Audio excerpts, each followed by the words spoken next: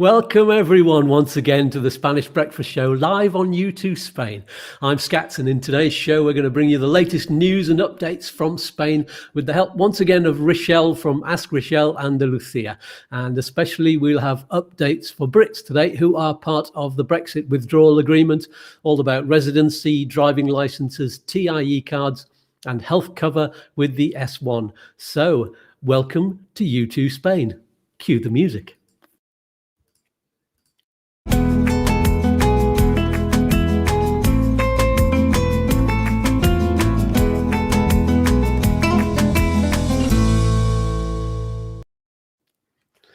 That was a silly double click with both fingers, so we got a glitch there. Anyway, as usual, you can ask questions in the live chat over here or down there, depending on which device you're using. Or if you're not watching live, ask in the comments below and we'll get you the answers you need.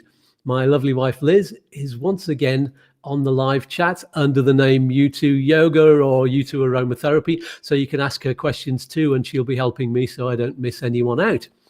One final thing before we begin, you can find a link below to the merchandise page where you can get yourself a hoodie, a t-shirt like this one, or a mug or a phone case to support this channel.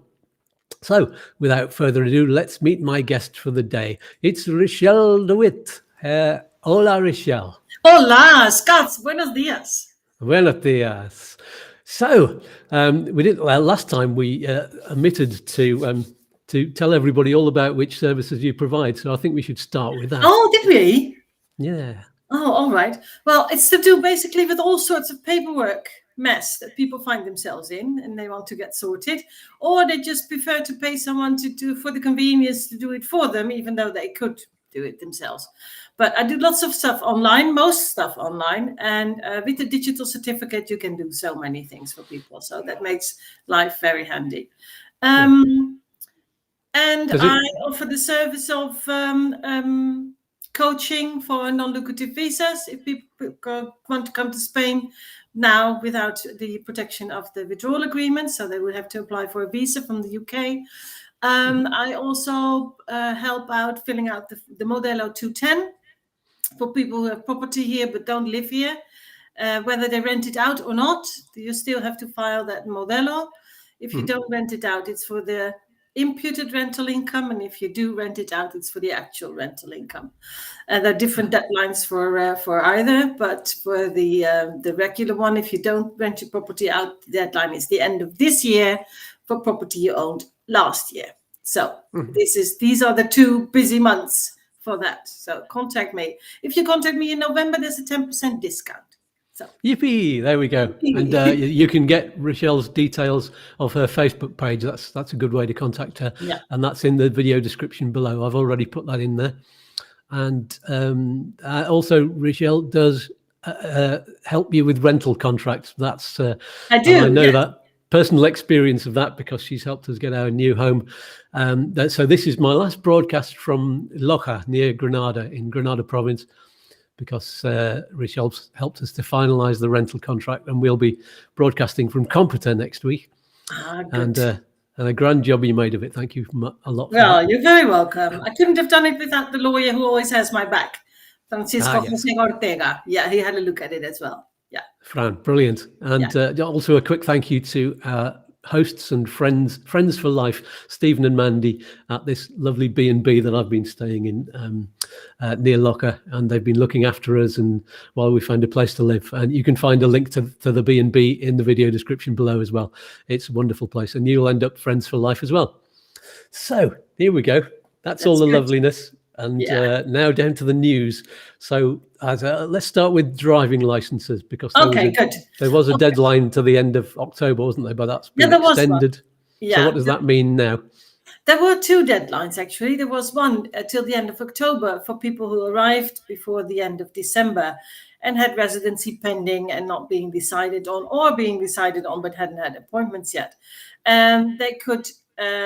everybody who arrived and had a UK driving license could continue to drive here till the 31st of October. That's been extended till the end of the year because the Spanish government still hopes that they're going to get to sign an agreement with the UK that will make all those exchanges, whether you pre-registered or not, possible again. they're all bilateral agreements, so each country has to have their own agreement with the UK, and many Europeans, practically all, have it, but Spain doesn't have it as yet. Nobody knows why not, so no use asking.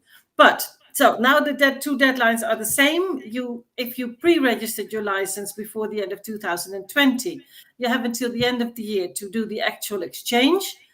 And if you did not pre-register your license, you have until the end of the year to use that UK license. And then you're dependent on whether there's a new agreement or not. If there's going to be an agreement, you can still file for an exchange. If there isn't, then sadly, you have to take lessons and stuff and get new Spanish driving license that way.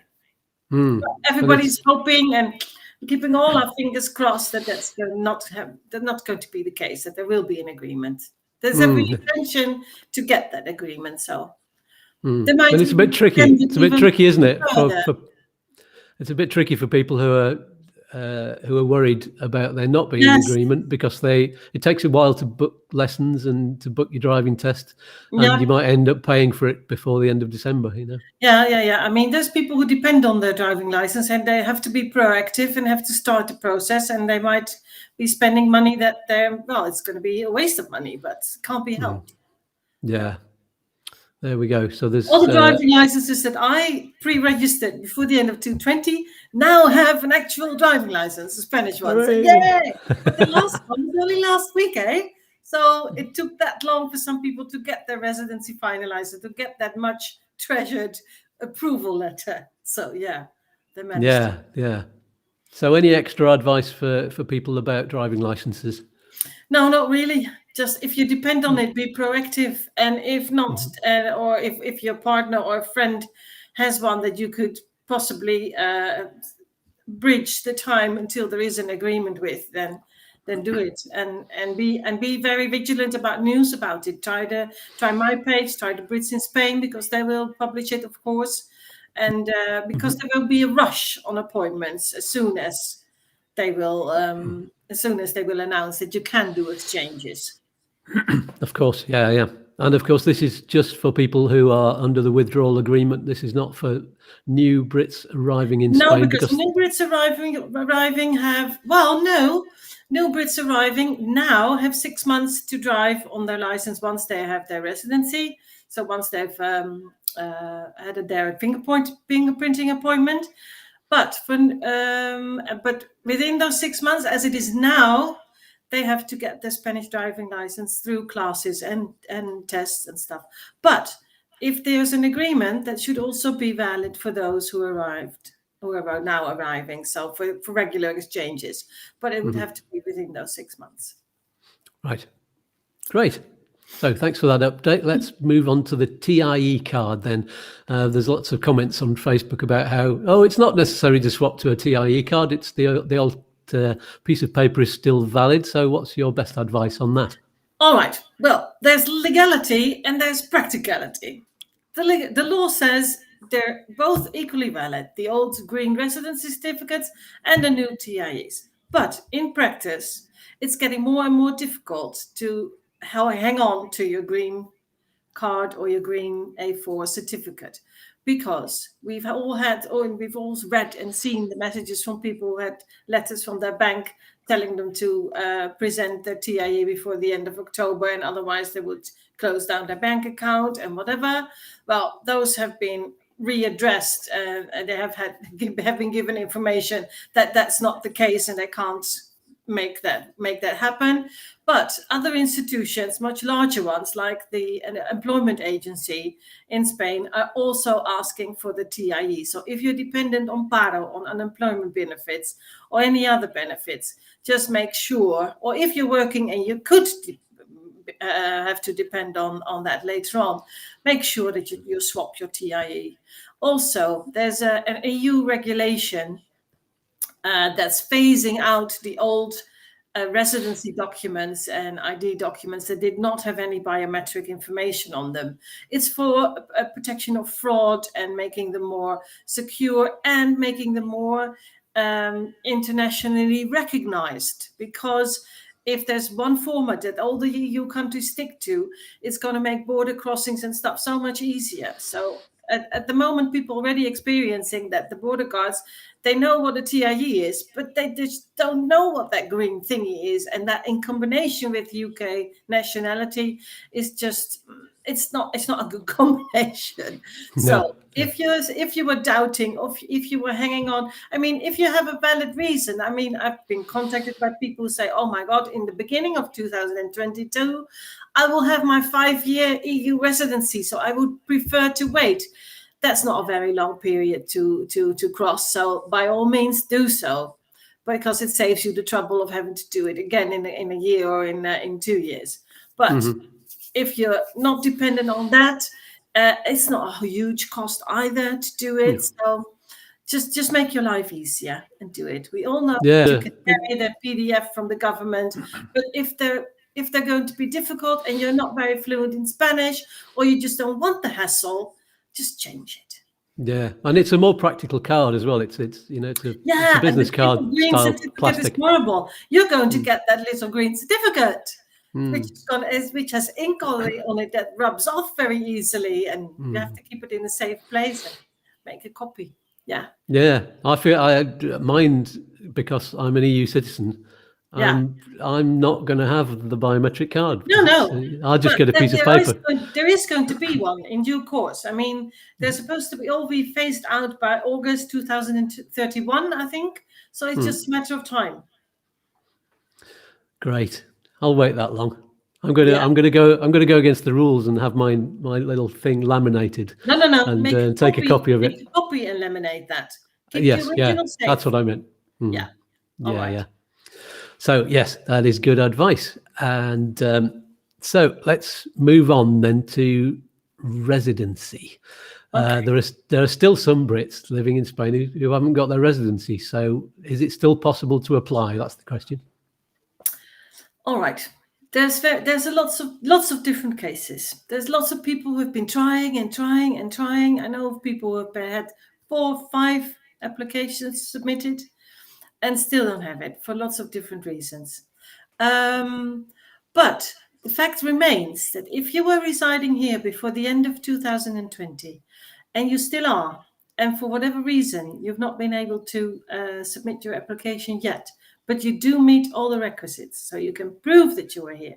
You had medical insurance in place in 2020, or at the latest in the first 3 months of 2021, if you're in Malaga province, for example, because not all the offices recognize that entitlement.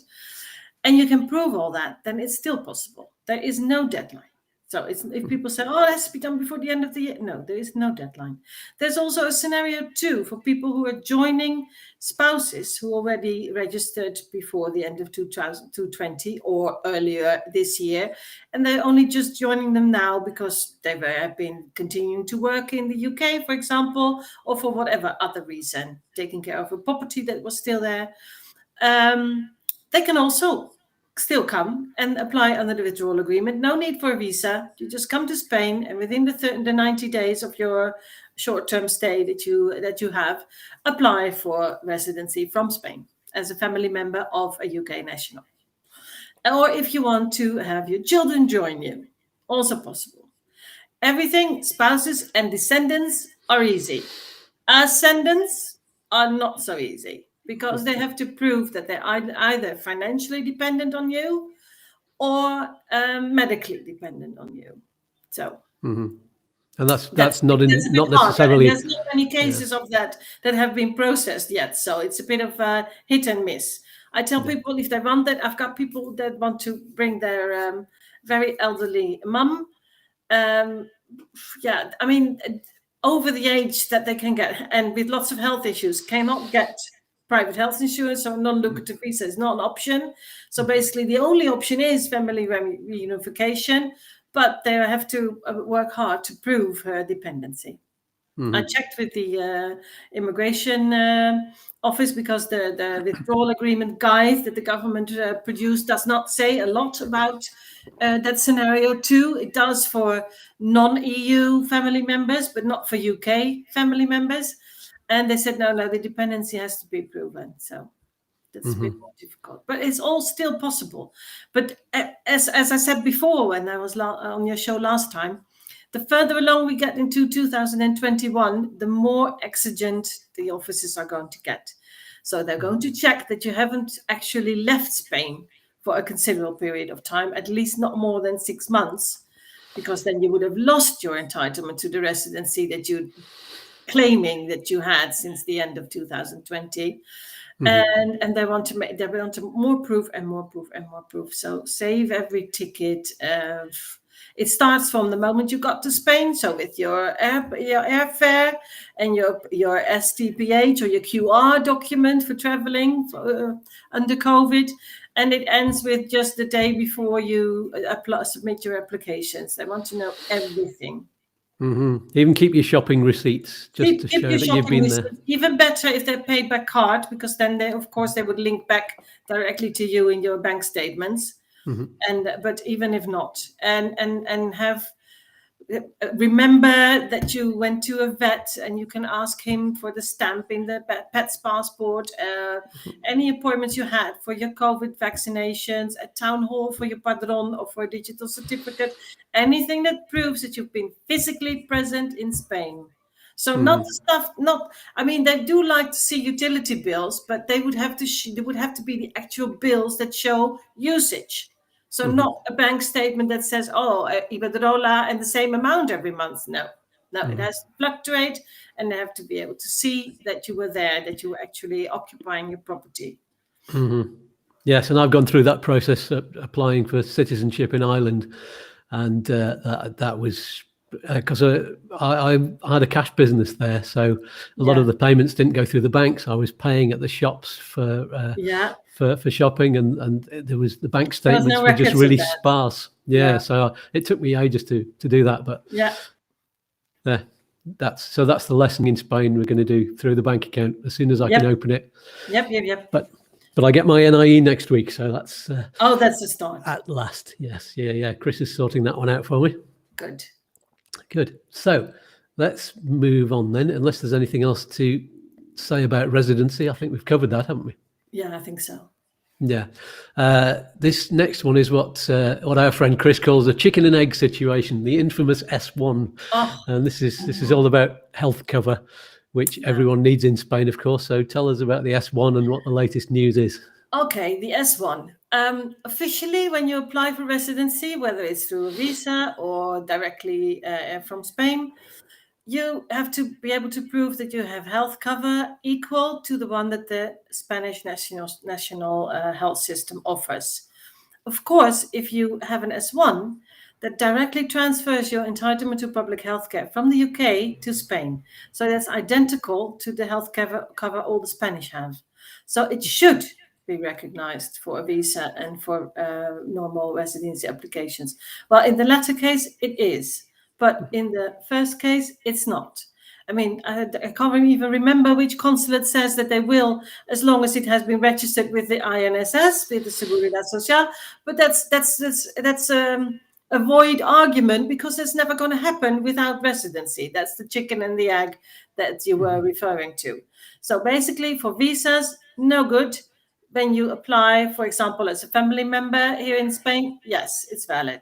Or if you apply as a family member of an EU national, or under scenario 2 of the withdrawal agreement. People also wonder if they have their S1 as a pensioner, if they can still use it for healthcare in the UK when they're visiting. There's the difference if you were a resident in Spain since before the end of 2020. So either a regular EU resident or under the protection of the withdrawal agreement. Because in that case, once you reach pension age and you get your S1, you will still be able to use it in the UK for healthcare. But if you came here after the 1st of January this year, and you reach pension age and you are entitled to your S1, assuming that by then there's still a mutual recognition of social security rights for people from the UK when they are residing in the EU, then you're not entitled to use that S1 in the UK anymore. So you would have to make sure that you have a private travel insurance when you go to the UK. That's mainly the big difference. But everybody else who are residents prior to the end of 2020 or claim to have been under the withdrawal agreement, they can still use it for healthcare back in the UK. For sure, it's obviously. Because when they go back there and reside, then it's just going to be, as the NHS is residency related, you will get it automatically once you remain residing there and are officially registered and stuff. Yeah. There you go. So, to answer your earlier question, I think it was the Manchester embassy, right. the consulate that said that, and there was one of our followers. I think it was Ray Thatcher. Hello, Ray, if you're watching, who said, yes, they let me use the S1 as part of my application for a visa. So he's the only one that I've heard of it. So I would say to everybody, don't rely on that. No. I mean, when you were as EU citizens, I know of some people who have managed to register the S1 even without residency. I also know of people who've managed to get their driving license without residency. I mean, there's always exceptions, but to rely on it for a visa application is just too bloody risky. No, too expensive. Yes, I mean, to get refused and having to start all over, it's not a good thing. No, of course, once you're here and you have your S1 and you register it for renewals, they're from Spain, it will be recognized. Yeah. But just in that case, make sure to start it really early, because at the moment there's already like they take like 3 months to process the registration of your S1. So start it early, way before your renewal date of your visa and way before your private healthcare runs out. Brilliant. From Chris. Good morning, Chris. Here we go at Upsticks. Here we go. Maybe you can translate this for us, Rochelle. Here's the information that the consulate in Manchester sent us. Okay, if the S1 has been accepted by the Seguridad Social in Spain, then you can submit it as supporting document. But you would have to give them proof that it has been admitted. So that would be the certificado de acreditación de Derecho a Asistencia Sanitaria. That's an official certificate, and you can't get it until you've been through the whole registration process. Yeah. Okay. So as I said, it's a bit of a void argument. There we go. Thanks you, Chris. So, I think it's fun. I mean, I watched the show where he's on. He obviously is watching this one.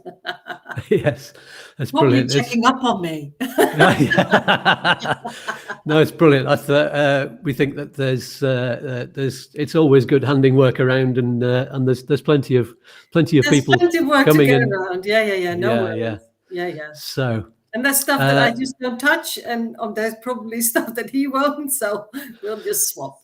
Yeah, true. And you work outside Andalusia as well, don't you? Well, I work online, so basically, I don't. It doesn't matter where people approach me from, but the only thing I do not like is the Barcelona area because of the lack of getting appointments. I mean, it's so hard there. I had someone, and I'm probably going to have to give it back because maybe Chris can help me out there. I just can't get an appointment for EU residency in Barcelona. They're just not coming up. I emailed all the addresses I know, and I've also got answers from all that addresses, and they all refer me back to the same online module that's just not giving up any appointments. So if it's in that area, then sometimes I just have to say, no, I'm sorry, I'm not the best person for the job. It happens.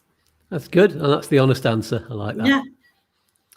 So, is there any other news that's come up recently on the Facebook groups that you want to pass on before we call time up? No, let's see. I mean, we've covered the driving licenses. That was the latest. Well, another thing about healthcare, let people please check the information on the Brits in Spain and on the NHS website about whether they're entitled to an EHIC or a GHIC. In lots of cases, you're entitled to either, and just make sure that you've got the correct one and that it's in date. And that's basically it. Oh, and something about COVID certificates, maybe. Oh, yeah. Yeah. If you're, because everybody who registered for the COVID jabs with their private health insurance, there was a temporary registration with the health authorities in your region. Temporary means that it runs out. Yeah. So people have already been experiencing that when they tried to download the certificate for the second time, that they could not access their data anymore, and they got a refusal. And then the health center will still be able to access those data because they're still in the database. You just don't have access because the temporary period that you were registered there has passed. So if people are worried about getting a third jab, a repeat jab, then just, and if they can't access the information anymore, or they can't get a new appointment through the apps in Alethea, for example, just visit your health center and check whether your temporary registration is still valid or if they have to renew that. There's also, apart from the apps that are there for the different regions to download your certificate, there's the general website from the Ministerio de Sanidad, from the Health Ministry, that has an extra option to apply for the certificate. And in some occasions, if I apply for people with my digital certificate, with theirs, if they have one, it will give you a result. But because it asks for just some different ID information that might click with the database, that might not click with the apps. It's a bit weird to explain, but I've had like a 75% of yes, and only 25% I could not get a certificate for. So if you're desperate and you can't get it done, or your healthcare center is not cooperative, just give me a shout and I can try and have a go at it for you. Okay. What about somebody in my situation who's landed in Spain? I've been double jabbed and I've got my certificate, my COVID certificate. From Ireland. From Ireland, yeah. And now, so that one works in Europe as well.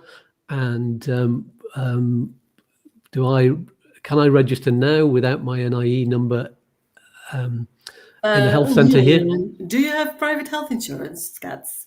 No, I've got an EHIC to cover me until I can register. But when can I register? You can try with your EHIC because lots of health centres will. And but they might, your EHIC might run out before your age group is due to get a booster jab, because they're only at the 70 and up at the moment, and lots of pensioners who go for their flu jab get it offered. They check their age and check whether they had their second jab more than 6 months ago.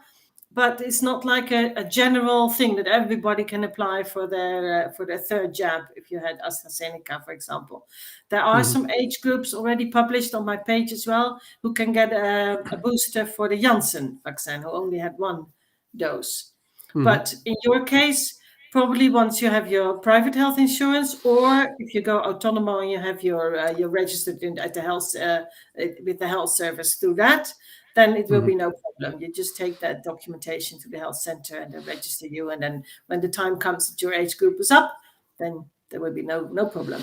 Everybody who has come with a double vaccination from or a single one and who want to have their second jab here in Spain, they will have to go to the health center and have them make a registration of your EU jabs or your jabs out of Spain, even from out of the EU, and have them recognized here, so that you can get a certificate later on with your third jab added to the first two, or the second one added to the first one.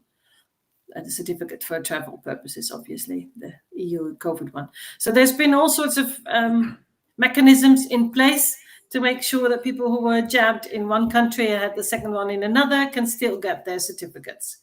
Yeah, but you have to do it in person, I'm afraid. You have to go to your local health center, and they might refer you, if they're not familiar with the process, they might refer you to a slightly bigger town close by. Okay, that's all fair enough. I'll have my autonomo fairly soon after I've got my NIE, so I'll do it after that. All right. Great. Good. There's no questions. I see no questions. Chris, ask me a question. Yes, somebody asked a question. Well, I should say hello to, let's see, where are we?